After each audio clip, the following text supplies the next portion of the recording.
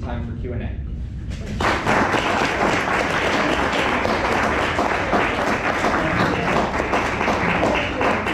Thank you so much to Tim Horgan. Thank you for joining me here at the World Affairs Council of New Hampshire. This is an obviously extraordinary time in our history, a particularly important time in terms of world affairs. As Tim already mentioned, we have specific issues happening even at this moment that I'm sure we'll be speaking about at some point today, whether it has to do with what's happening in Iran or North Korea or anything else. But first I'd like to talk about the larger picture. And the larger picture is something that I think American citizens among ourselves don't talk about enough. You can see, even in this presidential campaign, how little conversation it actually gets.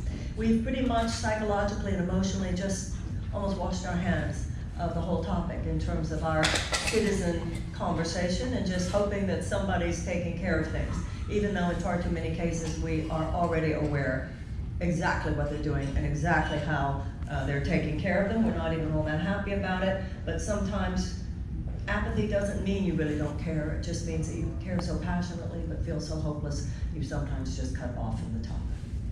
We can't afford to do that, and one of the reasons I'm running for president is because I believe that we, the American people, need to remember again who is supposed to be the power in this country, and we need to take a brutally honest look at what is going on in this country in order to be the stewards of our democracy that the founders intended us to be.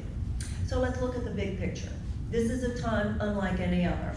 And even though it's already 2019, in a way we're just seemingly beginning to integrate into our thinking that this is not the last century.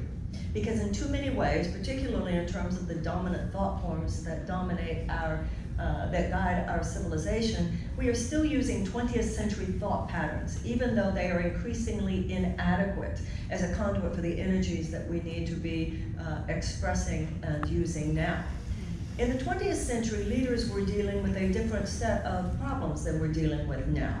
And because the problems are different than they were in the 20th century, our thinking about them needs to be different, and our problem solving needs to be different. Most of us grew up at a time where we were living under the auspices of a post-World War II order that basically worked. It was some very heroic, brilliant people who put that world order together, and I think we all sort of assumed, and we're led to assume, that that would pretty much hold. And it has pretty much held for the last 75 years or so, but it is holding no longer. And the first thing we need to do is to really understand what that means. And not only is that world order eroded in many ways, but as we know, we now have a president with no particular respect for the role of the United States in some of the most powerful and important pillars that held that order together, namely the Western Alliance. Be that as it may, whether the president was in office or not, we have some issues that signify that the templates have shifted underneath our feet. Because in the 20th century, leaders of the free world, leaders of the world period, had to deal with the fact that there were nuclear bombs. But today, leaders have to deal with the fact that there are many nuclear bombs, and leaders in the 21st century have to deal with the fact that not only are there thousands and thousands of nuclear bombs, unlike what there used to be, but also we're all very aware that on any given day, there are people in this world that do not like us, who would love to harm us, who are doing everything they can to get their hands on one. And secondly, leaders in the 20th century, they might have been concerned about the condition of the earth, but leaders in the 21st century have to think about the condition of the earth as a national security issue, as a global security issue. The 21st century leader has to think for the first time in history about what this earth will do to us if we're not careful, given what we have done to the earth. So we have to rethink the 21st century, and we have to rethink peace in the 21st century, and we have to rethink security in the 21st century. In the 20th century, when people thought about security, they mainly thought in terms of brute force. The most significant thought, the most significant difference in thinking, the most significant shift in thinking from the 20th to the 21st century has to do with realizing that we will not be kept safe by brute force in the 21st century. In the 21st century, we will only be kept safe by soul force. Brute force has to do with external measures, domination, whatever you feel you need to do in terms of the expression of material force in order to make things happen the way you want them to happen. Soul force has to do with building human relationships. And as Martin Luther King said, we must learn to live together as brothers, or we will perish together as fools. He wasn't just being symbolic there. This is literally true. Because we are living at a time when there are certain kinds of conflicts and there are certain kinds of weapons that are used as weapons of war that are such that no amount of brute force would be able to keep us safe were we not able to attend to those conflicts while they are still in an early stage. That's why FDR said we must do more than end wars. We must end the beginnings of all wars. And Albert Einstein said, I know not with what weapons World War III will be fought, but I do know World War IV would be fought with sticks and stones. It is not naive to suggest that our security, even our survivability in the 21st century, will rest on our capacity to expand our ability to love, to have compassion, to have empathy for our fellow human beings and for the earth itself. There are those who say that that is naive. What I'm proposing to you is that what's naive is to think we will even survive on this planet for another 100 years if we do not. Now, let's take a look at how the United States is doing and all that. Because if we take an honest look at how the United States is doing along that line, we're not doing very well at all. Part of that World War II, post-World War II order was that the United States at least tried, usually, to be the good guy. We had some spectacular failures, we know all that. But until recently, most people of goodwill in the world thought that we were prone to goodness. And so at least thought, even when we got it so terribly wrong, as in something like the Vietnam War, there was this sense that we're all hoping that America will get back to its goodness. The world does not assume that anymore. And that right there is something for you and me as citizens. The founders gave the power to us. As a famous saying from France from many years ago is, war is far too important a conversation, far too important an issue to be left in the hands of the generals. You and I need to get that it's far too important an issue to be left in the hands of the politicians. Because this issue is about life and death. And the fact that we have simply divorced ourselves from thinking about it the way we need to be thinking about it is perilous to our democracy and possibly to our world. The United States is not known throughout the world as champions of democracy. That's not what we're known for. That might be what we were all brought up to believe. I know when I was a child, whenever I would hear politicians say, oh, we're going to go out there in the world and we're going to be standing up for America's vital national interests. Silly me, I thought they meant democracy. No, ladies and gentlemen, it's been a long time since American foreign affairs was really dominated by this championing of democracy and the deep values of democracy and peace.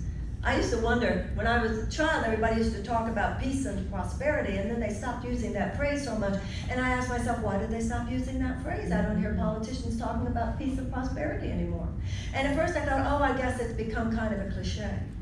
Then I realized that's not why they don't talk about it. It's because it's not this goal anymore.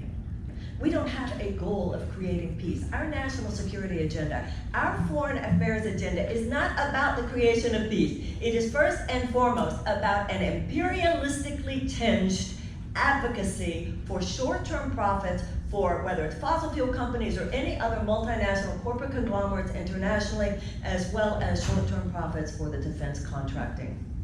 Ladies and gentlemen, this is something that you and I must think about. In 1961, when he left the White House, Dwight Eisenhower warned us about the military-industrial complex. But apparently that warning seems not to have stuck. And if Eisenhower were alive today, I think he would be appalled. This is a man who was not only President of the United States, he was the Supreme Allied Commander during World War II. I think he knew something about American security. Today, it is short-term profits for multinational defense contractors in the nuclear industry, much more than any serious agenda for peace that actually dominates our foreign affairs agenda. Let me give you an example. As we all know, our military budget this year is something hovering somewhere around $750 billion. Even Donald Rumsfeld, who was the Secretary of Defense under George Bush, said, we must learn how to wage peace. General Mattis, before he left the Department of Defense, said, if you don't fully fund the State Department, I will have to buy more ammunition. You can't just take medicine, can you, ladies and gentlemen? Don't we have to cultivate health?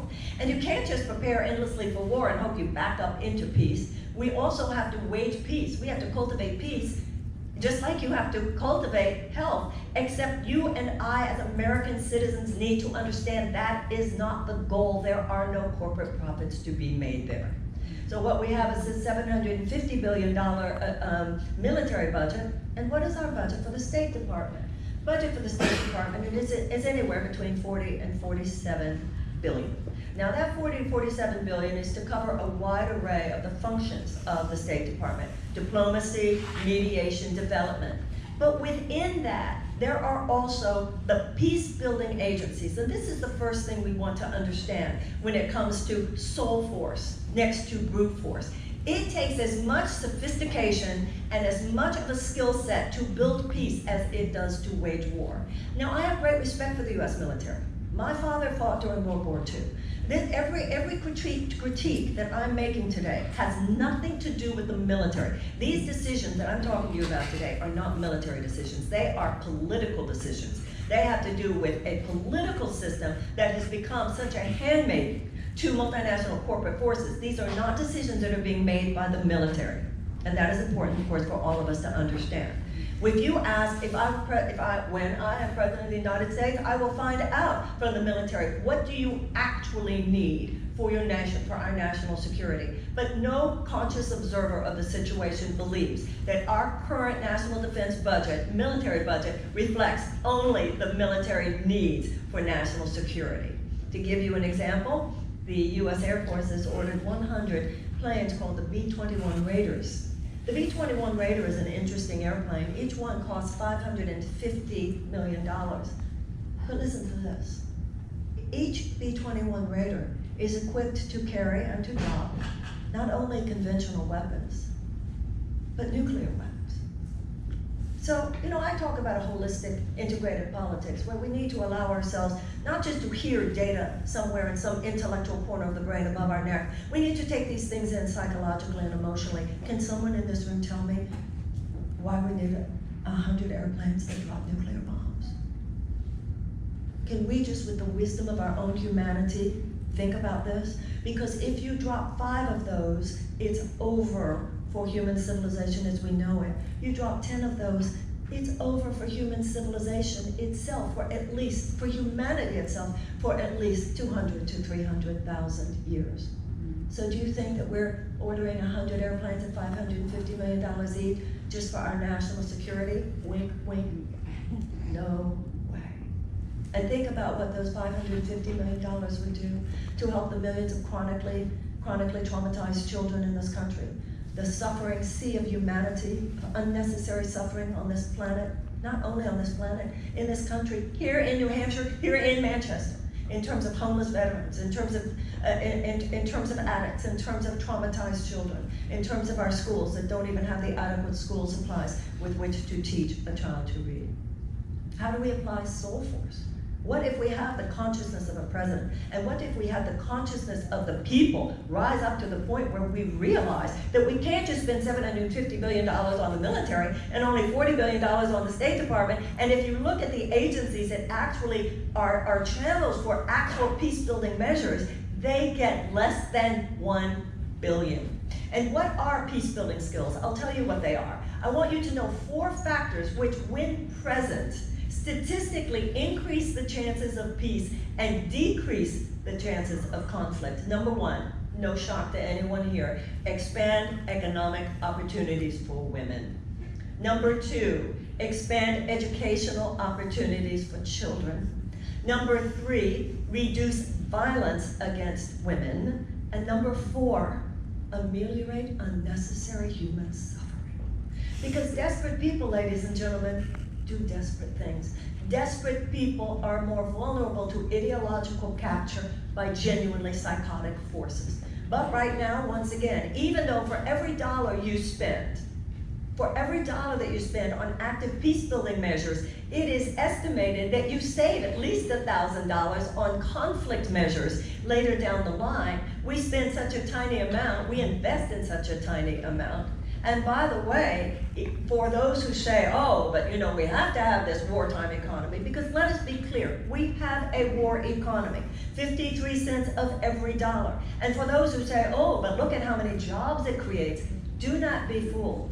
The jobs created by the military, by investment in military, are much less than the jobs created by investment in healthcare and in education. The kind of change that I'm talking about, ladies and gentlemen, is not going to come about because the political establishment wakes up one day and says, oh, let's do this differently. No, the military-industrial complex has so embedded itself in the workings of our government and even, unfortunately, in the psyche of our people. The entire issue of multinational corporate dominance, the new veiled American aristocracy, has so corrupted our government, has so hijacked our value system, that we have even stopped even complaining. When I was a child, we at least had banned the bomb marches. These days, we don't even talk about it. And once again, it's not that I think we don't care. I think American people have just almost given up. Ladies and gentlemen, this is no time for that. Cynicism is just an excuse for not helping. Our country needs us. I know this stuff is traumatizing, but none of us can allow ourselves to wait until our trauma work is over before we show up for the defense of our country, and if we're not careful on this topic, the defense of life on earth.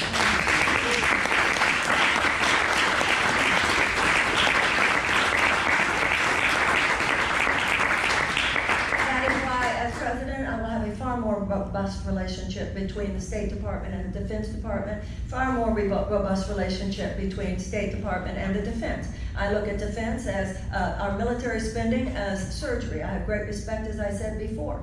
The U.S. military is like a surgeon, and of course, if we need a surgeon, I think we would all agree that we should have the best surgeon. But we would also agree that you don't have surgery unless you absolutely have to. And so we need a far more robust support for our peace builders in this country. A country is just like a person. You express your values by how you spend your money. Ladies and gentlemen, this is perilous for the future of life on earth. That is what is happening here. This is no longer a matter of it's not a good idea. To allow multinational corporate forces to guide our public policy the way they do, when it comes to issues like how the fossil fuel companies have obstructed our capacity to deal with the climate crisis, when you look at things like the defense industry and the nuclear industry and the way that those industries and their profits have affected our foreign policy, we are talking about blinking red lights, the kind of which do not come around in every generation. But it's important for us to remember, to look to the political establishment to fix this is somewhat absurd. The political establishment did not wake up and say, oh, let's free the slaves, shall we? That's not what happened. With the abolitionist movement, the people stepped in. The political establishment did not wake up one day and say, oh, let's give women the right to vote, shall we? That's not what happened. With the women's suffragette movement, the people stepped in. The political establishment did not wake up one day and say, let's desegregate the South, shall we? That's not what happened. With the civil rights movement, the people stepped in. With the human rights campaign, marriage equality movement, when gay people were not allowed to get married in this country, what happened was that the people stepped in. And ladies and gentlemen, I'm running for president because it is time now for the people to step in.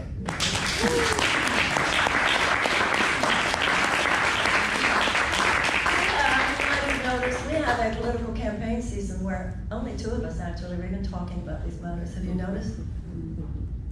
Because we have a political establishment that tells us what the issues are.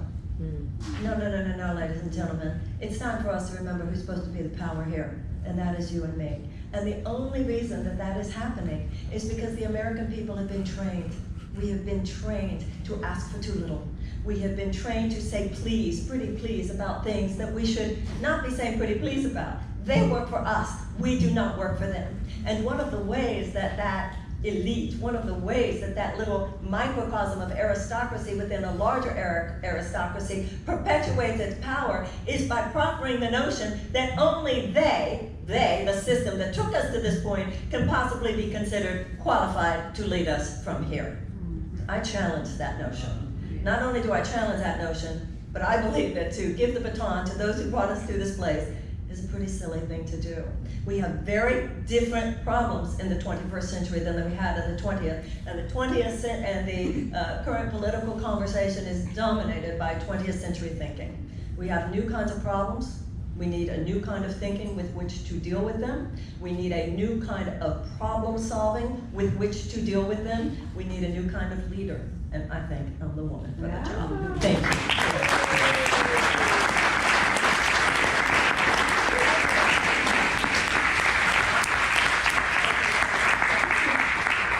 Try and keep your question short and to the point so that we can get to as many of them as we can. Since I have the stage now, I will ask the first question. Okay. So you say it's too important to leave this to the politicians. How do we restore America's reputation abroad as people? Well, first of all, it is public policy, of course, that is read by the world. I think there are many, many people who their impression of individual Americans is good. We're good people, we're cool people. I think we have dignity and we have grace as much as anyone else does. But we're responsible. After a while, a lot of people in this world don't want to hear it anymore that, well, we're good people, it's just what our leaders have done. Because too many people in the world, as I see it, are now looking at us and going, you know what, you are responsible for your leaders. You are a democracy. All of us have to take responsibility for the fact that things have gotten to where they are. So we have to rise up now.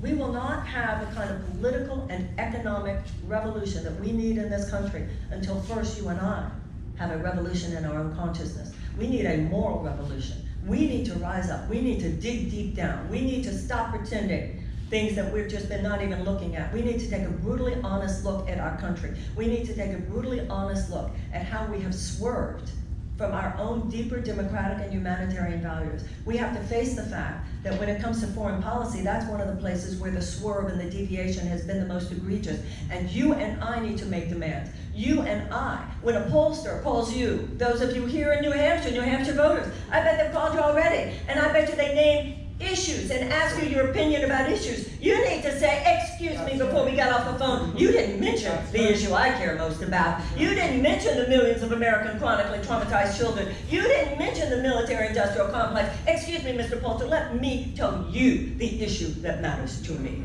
This is the kind of shift we need in the American people. We have just been we have been so easy to distract, and let me tell you why. Because, you know, in the Jewish religion it says every generation must discover God for itself.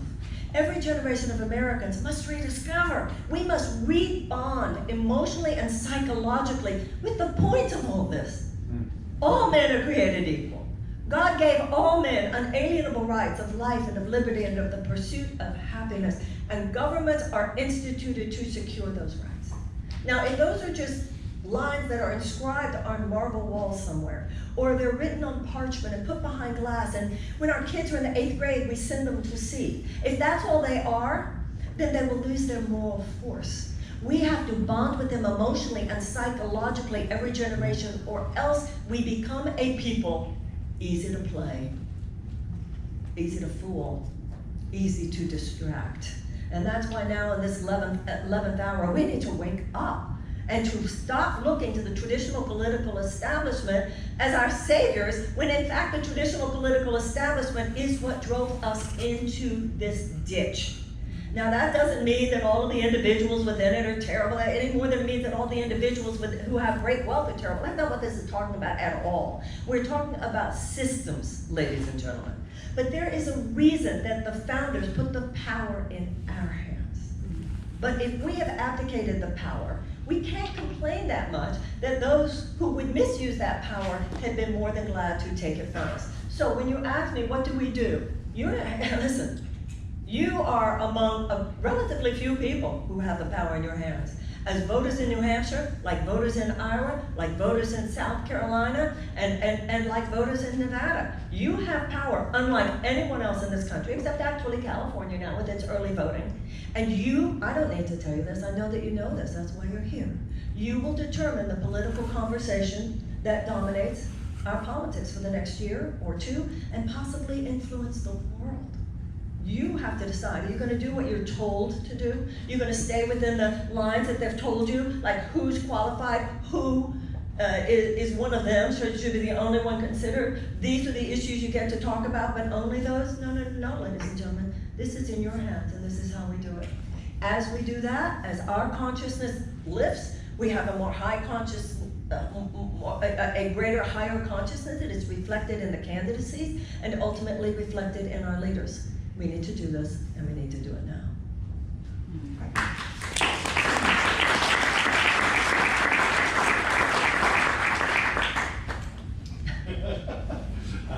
Thank you so much for bringing this message into the campaign. I didn't talk about Venezuela. So back in January, President Trump recognized Juan Guaidó as the president of Venezuela, which led to a breaking of our diplomatic relationship with the Maduro administration. John Bolton came on TV, said, yes, there's a coup in Venezuela and we're behind it, and it's about making sure that our oil companies are able to do business.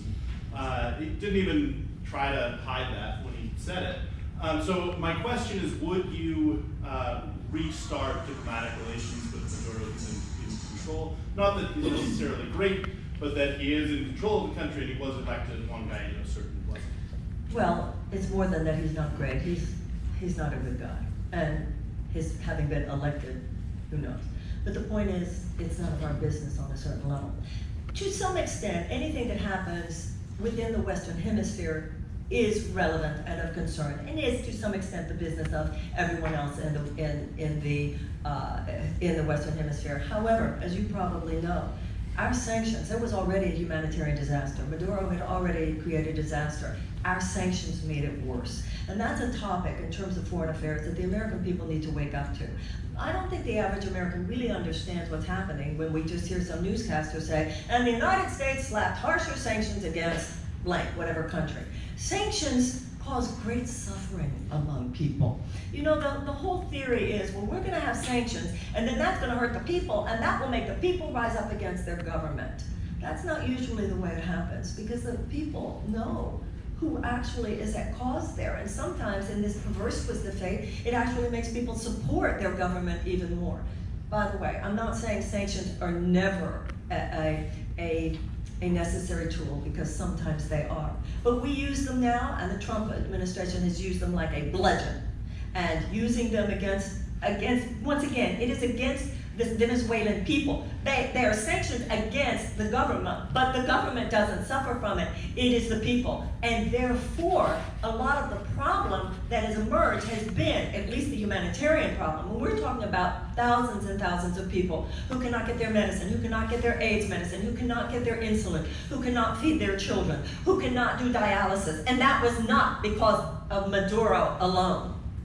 At this point, what we need to do, and you pointed out also something significant. You know, the worst thing that has happened in the world post-World War II order is that, as I said before, it used to be that people at least thought that America tried to be the good guy. And so even when, you know, there were these spectacular failures like the Vietnam War, everybody assumed we'd get back to it. Now we are led by people who don't even pretend that it's not just about the oil. They don't even pretend. Like you said, we had to go in there to protect our oil. He would actually talk, as they did, and I think they teased it out to see how we would react. The idea of moving in militarily, and it was never just about humanitarian purposes, of course. As John Bolton said, it was about the oil.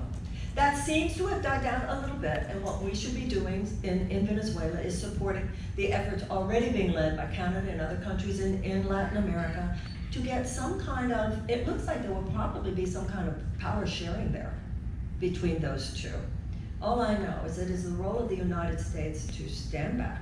It's the role of the United States to do everything possible to give humanitarian aid. And I believe that there are governments in Latin America who look at the United States and look at the history of America's foreign policy in Latin America, and if we even open our mouths, say, don't even think about it. They will lead, we will follow. Thank you.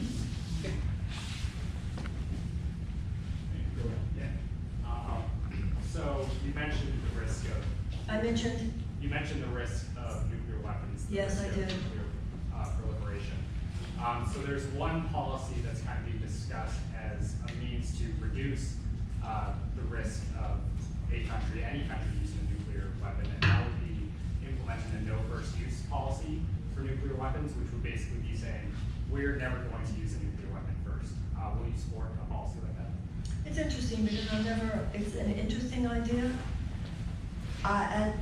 It's something which that phrase had never been proposed to me before. One of the things that I feel strongly about as a presidential candidate is that I think as a candidate, as with a president, you shouldn't just talk off the cuff. Let me think about that. It certainly sounds wonderful.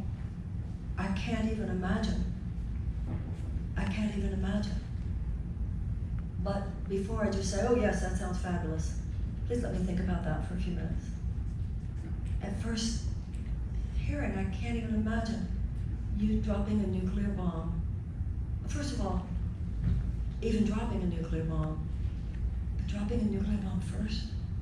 So 99.9% of me says, yes, of course. But there are cameras here, so let me be here.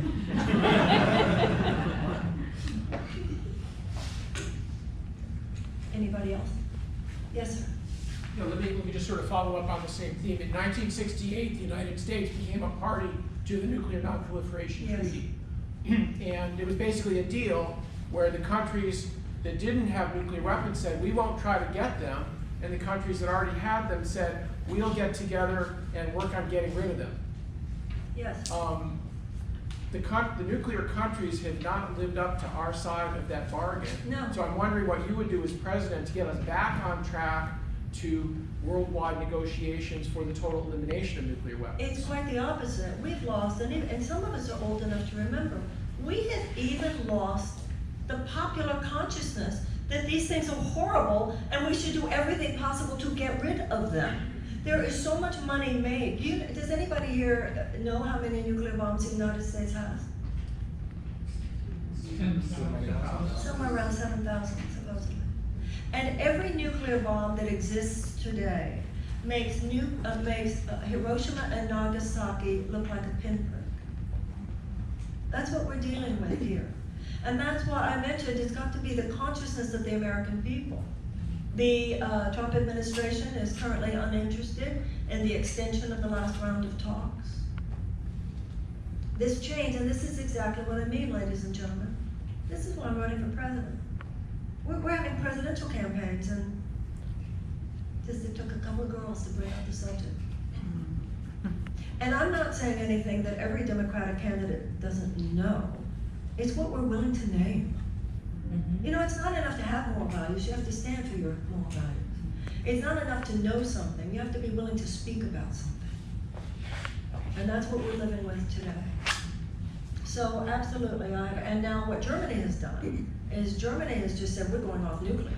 So you and I should be talking about not only nuclear bombs, we should be talking about the use of nuclear energy, period.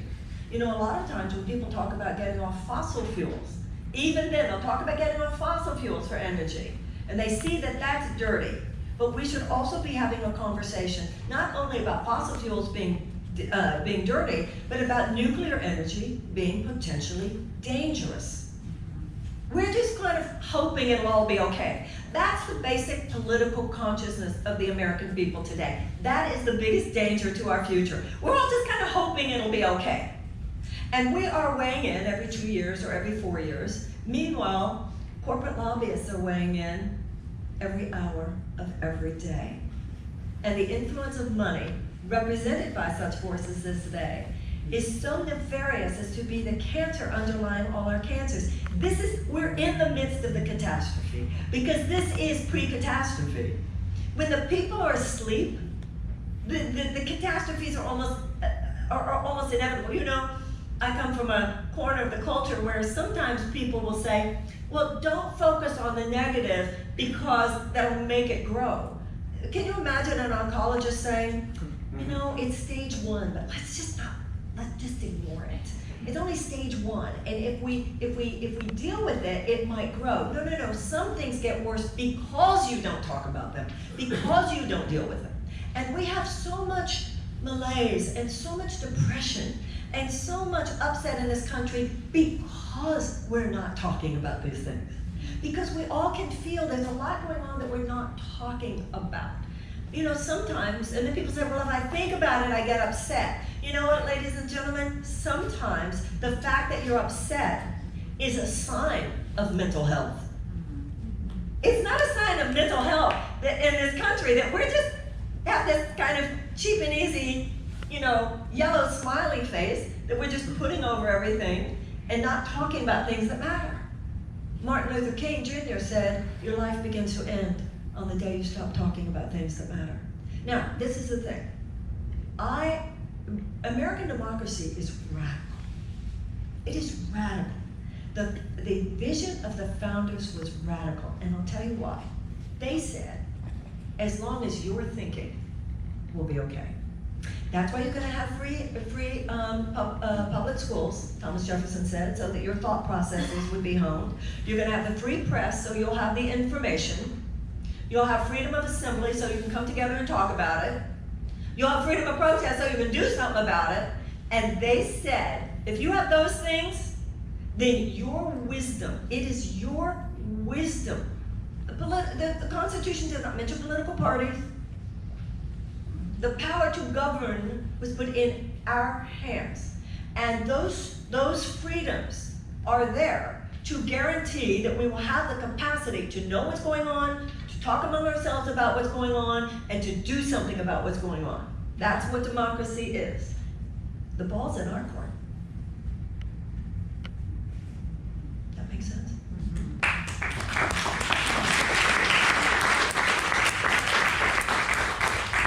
Yes, sir. Okay.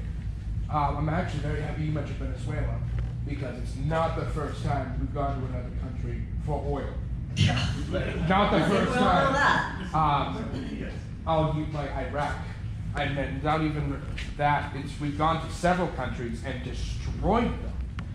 We're seeing it right now with Iran, but it's happened in Libya, Chile, Cuba, Venezuela it's happening to, and Syria. Even more, etc. But I want to focus on Syria. Should we have military intervention in Syria? Should we have a say in what its leader is doing? First of all, I think nuance is extremely important. And even though I would agree with you that American foreign policy in all of the nations you mentioned has not been stellar, exemplary, or anything we should be proud of, those were not all countries where the United States has invaded for oil. So we want to be really nuanced and intelligent in our conversation. In terms of Syria, I regret, and I think many people regret, that President Obama did not hold to the red line that he set when he had the opportunity. I think that that was a big mistake. But now, no, I do not believe that we should be invading Syria. And I believe that what is going on in Iran right now is extremely disturbing. And I think every American needs to be very aware. Some of us are old enough to remember Vietnam. And when the conversation turned to invade the possibility of invading Iraq, many of us were pulling our hair out. It was like a recurring nightmare. Oh my God, they're doing it again, they're doing it again. And then people told us, patting our heads in a very condescending, patronizing manner when we said such things, that we simply didn't understand because this situation was different. Clearly, Iraq and the invasion of Iraq was not different. Its results were as catastrophic as the result of the Vietnam War. And now the saber rattling, as there was saber rattling towards Venezuela, and now there is saber rattling towards Iran. In the last couple of days, President Trump has sent 1,000 troops to the Middle East. Now, first of all, let's just talk about some facts here. We were the ones who exited the Iran nuclear deal.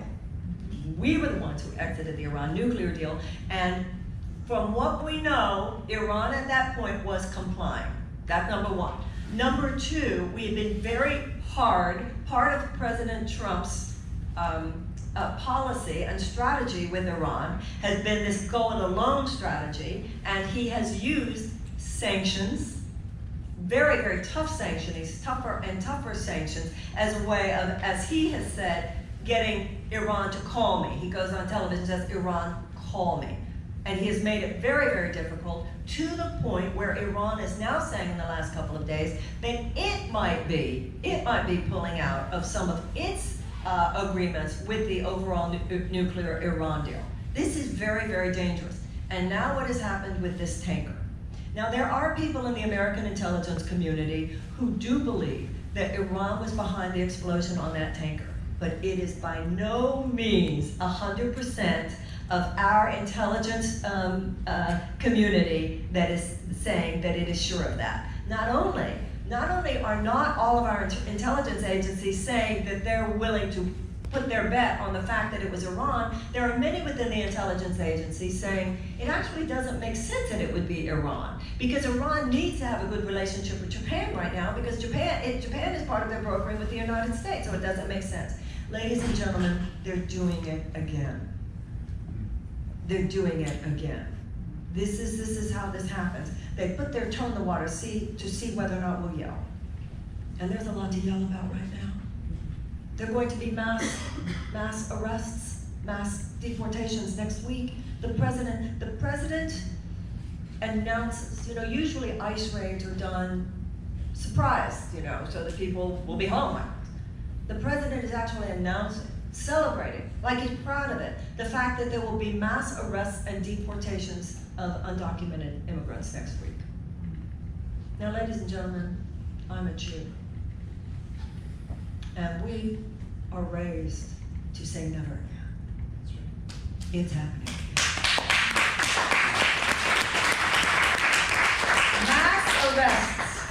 Mass arrests.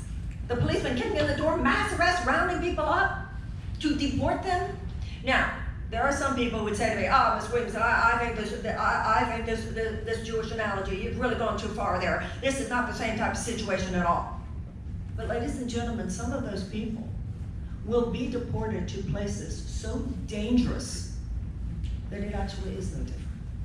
And I cannot even imagine what thousands of people are going through as we speak.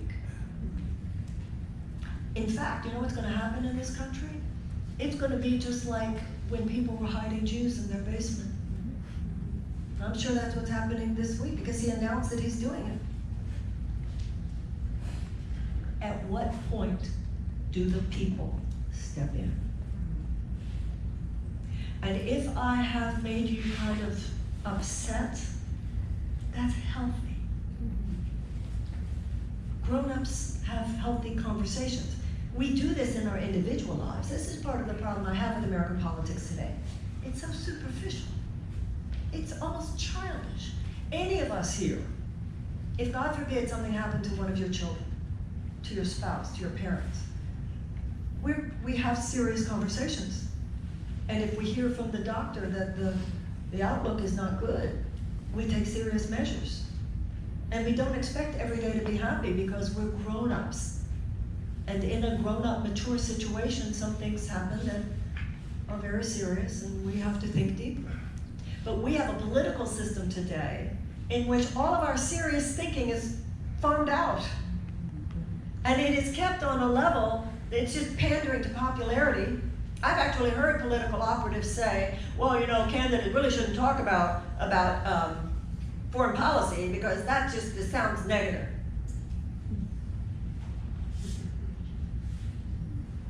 And even with the immigration issue, there's a term these days that people use, intersectionality. And it's a meaningful phrase, because everything is connected to everything is connected to everything. So the breakdown here is connected to the breakdown there. The breakdown with the climate crisis is connected to the breakdown with healthcare. It is connected to the breakdown with the lack of gun safety laws. Is connected to our military-industrial complex, because it all has to do with that underlying dominance of multinational corporate overlords. But there are also the issues of how selective we are with our outrage. an example. I'm as upset as any American about these children at the border. As upset as any. If you take a child from their parents' arms, last thing I read, that's called kidnapping. And if the government does it, why should it be considered any less criminal? And if people who are seeking asylum, which is not a crime, it's a statutory right, if you criminalize them, what does that make you? But I have to point out something else, ladies and gentlemen. There's, in the area of sociology, two terms, screaming emergencies and silent emergencies. The children at the border and what has happened there are a screaming emergency. But every American should realize that there are millions and millions and millions of American children, most of whom were born here, who live in chronic trauma every day, who go to schools every day in schools that don't even have the adequate school supplies with which to teach a child to read, who live in what's called America's domestic war zones, where the violence in their communities is so great that they're experiencing what psychologists say is a PTSD, no less severe than the PTSD of a returning veteran from Iraq and Afghanistan. What are we doing about those children?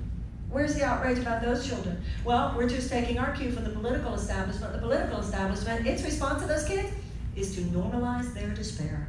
And why is that? I'll tell you why. Because they're not old enough to vote, so they're not a constituency. And they're not old enough to work, so they don't represent any financial leverage.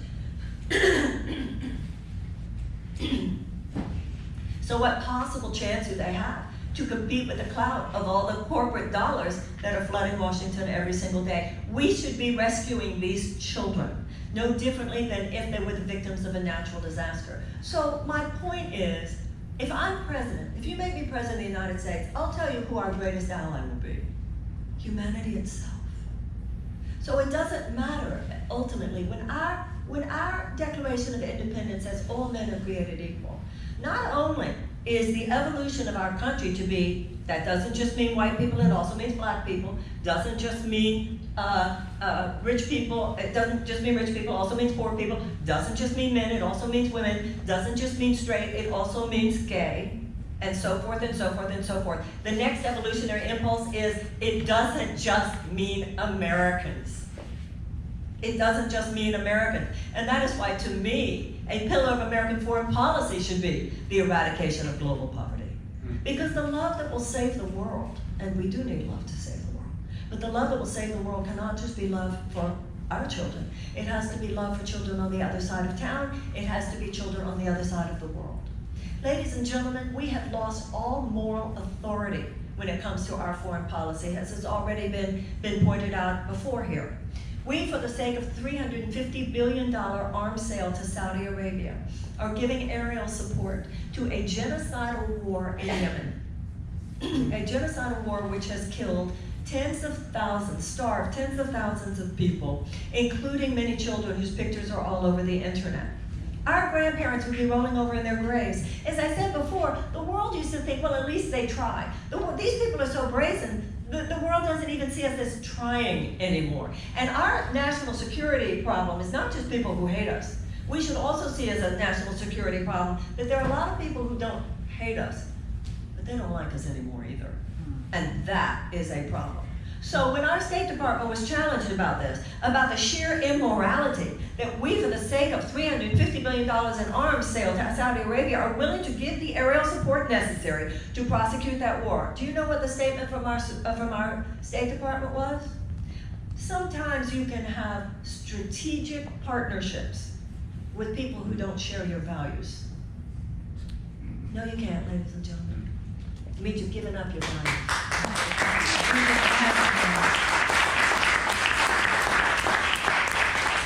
What you and I have to think about is that this has happened on our watch.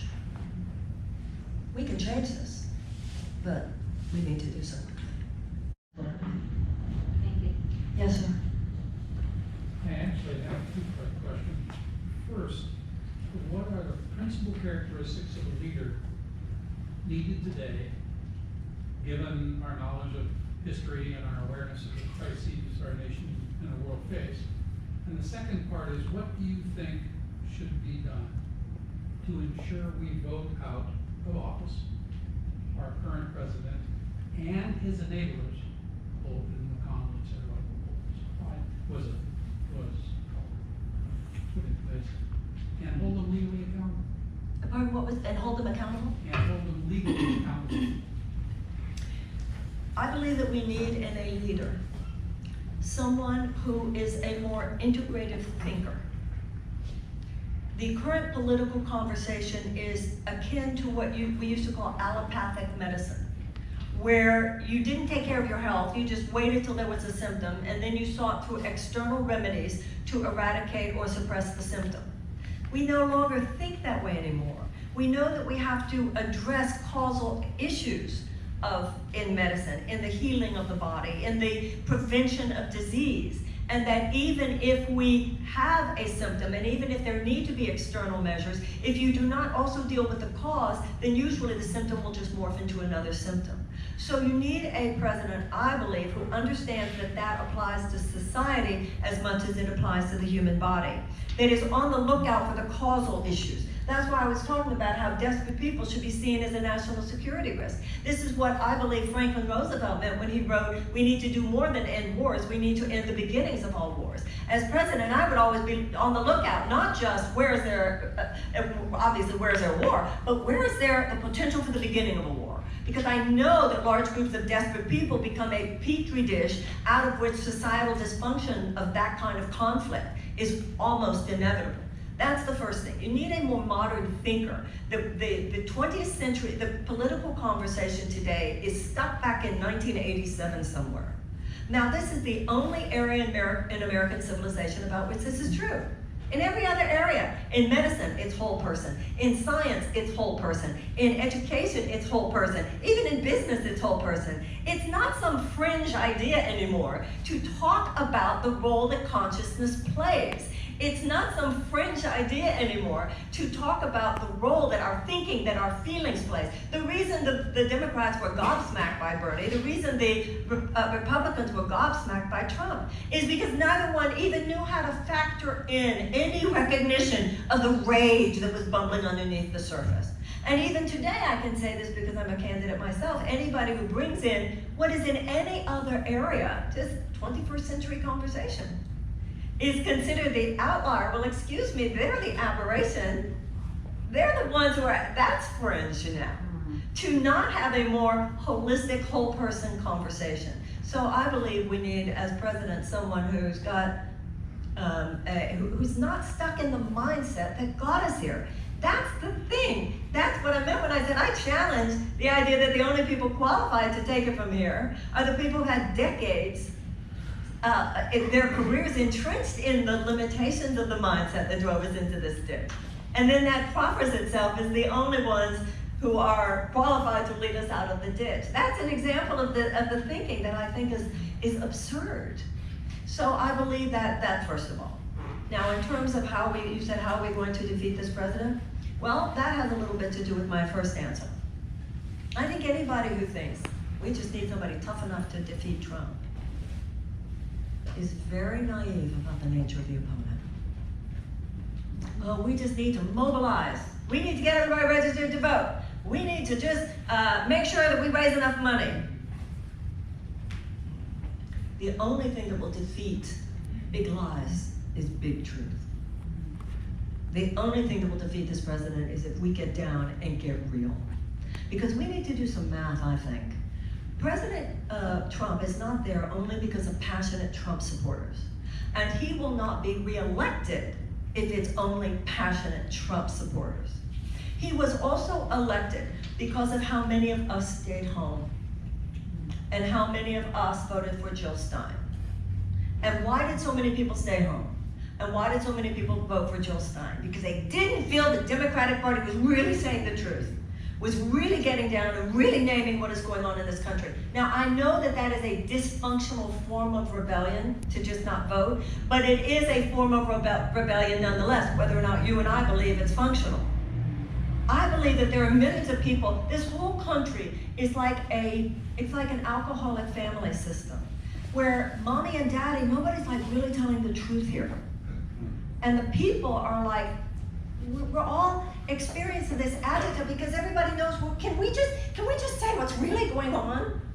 Can we have a conversation about what's really going on? Because this is what I know from my 35-year career. You do that, and then you can change what's going on. Just get it out. Talk about it. Face your character defects. Face the racism as a character defect. Face militarism as a character defect. Face the strain of meanness that sometimes creeps into us as a character defect, in terms of public policy. And then we can heal, because we're good people. You know, the same psychological and emotional principles that prevail within the journey of an individual prevail within the journey of a nation. Because all that a nation is a group of people. So, when you ask me, what will it take to defeat him? He has harnessed something very dark within the human psyche. And he has harnessed it for political purposes. He has turned fear into a political force. And nothing is more dangerous than hatred and fear and bigotry and racism and homophobia and anti-Semitism collectivized. We've seen it in the world, we know what it can do. The only thing that can defeat that, the only thing is to override it, and that is to collectivize love. There are far more people in this country who love than who hate. The issue is that those who hate have gotten strategized, and those who hate in this country are very convicted. And I'm not saying everybody who voted for Trump hates, because I don't believe that. I don't believe that everybody who is thinking of voting for him now hates. However, when you're talking about this base of operation that fuels him, and this is any demagogue throughout history, any authoritarian throughout history, it's always collecting the fuel based on hate. That's how that works. So, you can't override dog whistles.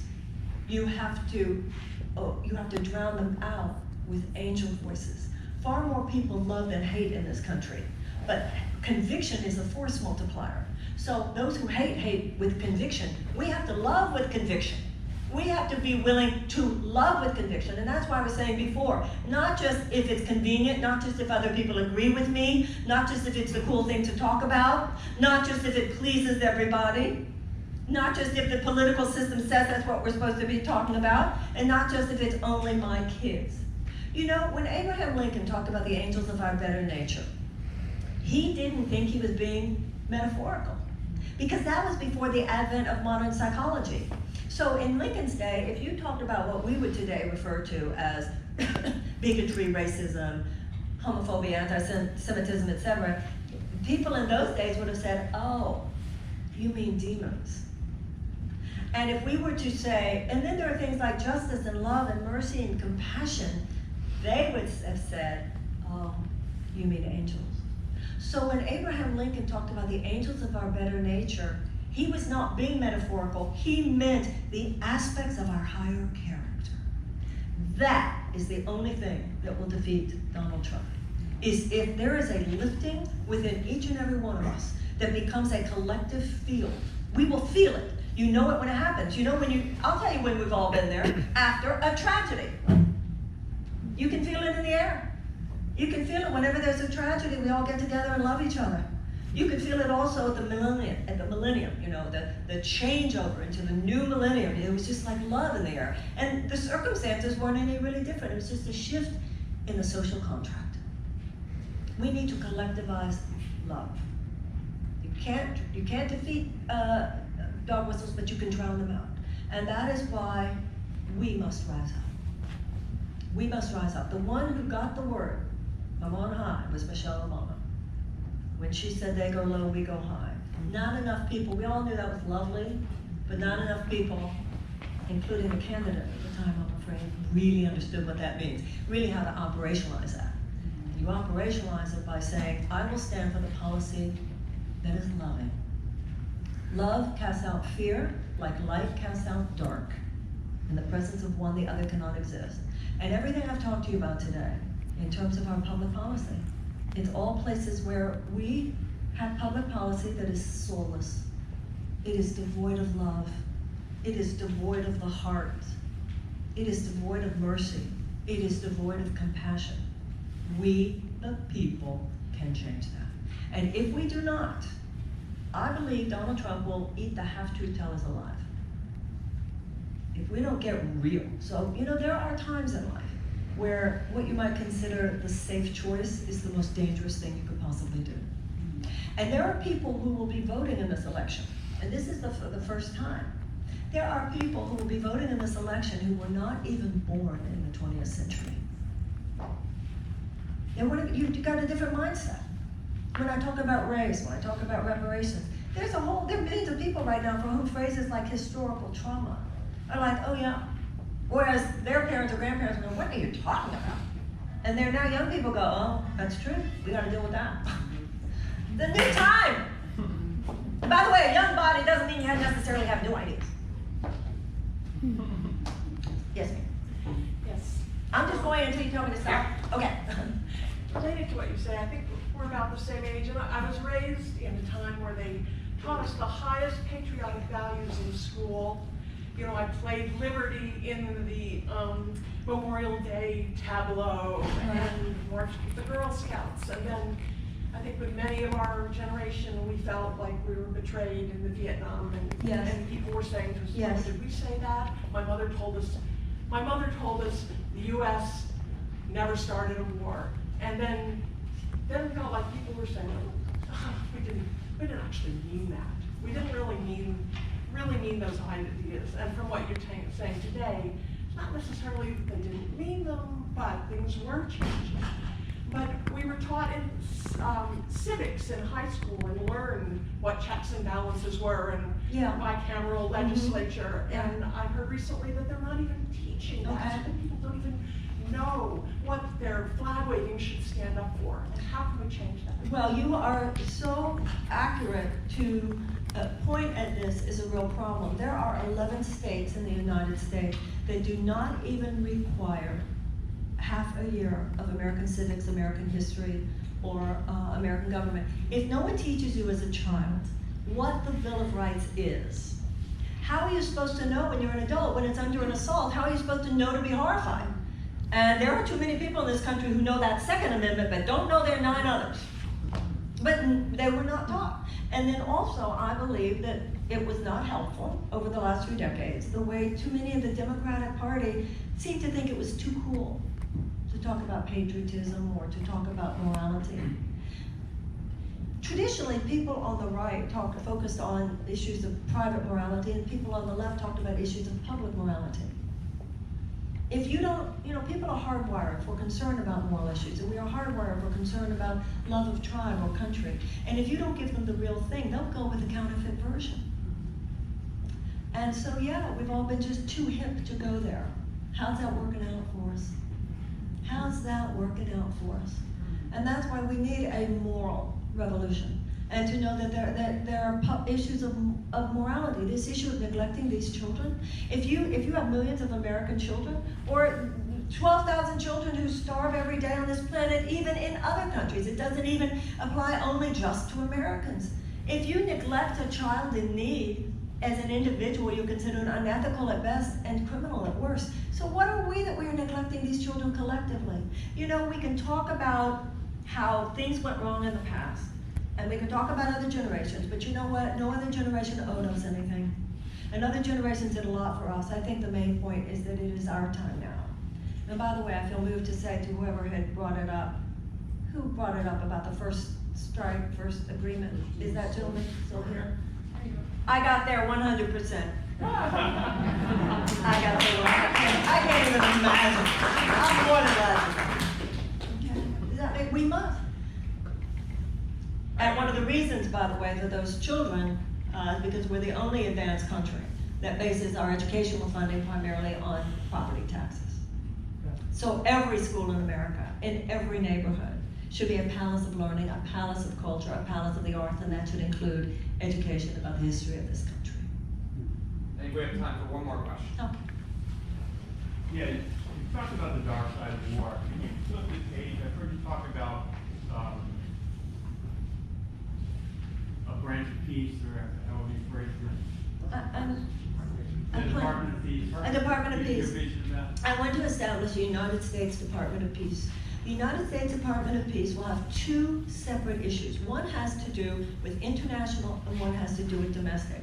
In terms of international, as I said already, there are already peace-building agencies within the State Department, but those peace-building agencies get under $1 billion. And then the USAID, which gives humanitarian aid, gets 17 billion. Then we have an independent organization called the U.S. Institute of Peace, and that only gets, it got a budget cut this year from 37 million to 36 million.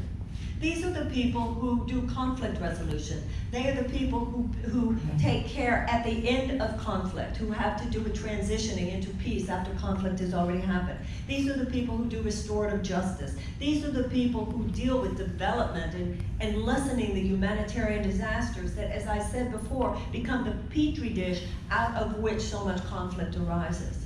But we also have our own domestic war zones. And our children are the main recipients of the horrors of these domestic war zones.